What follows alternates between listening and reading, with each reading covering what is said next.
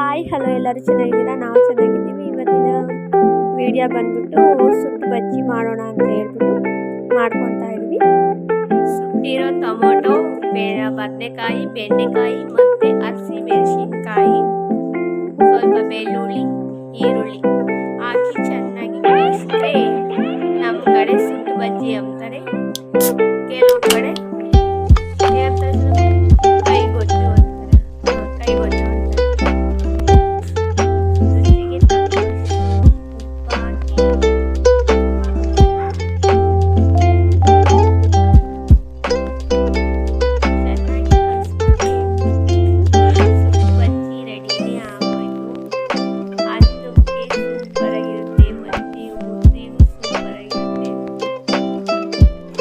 ಯಾರಾದರೂ ಸಬ್ಸ್ಕ್ರೈಬ್ ಮಾಡ್ಕೊಂಡೆ ನೋಡ್ತಾ ಇದ್ರೆ ಪ್ಲೀಸ್ ಸಬ್ಸ್ಕ್ರೈಬ್ ಮಾಡ್ಕೊಳ್ಳಿ.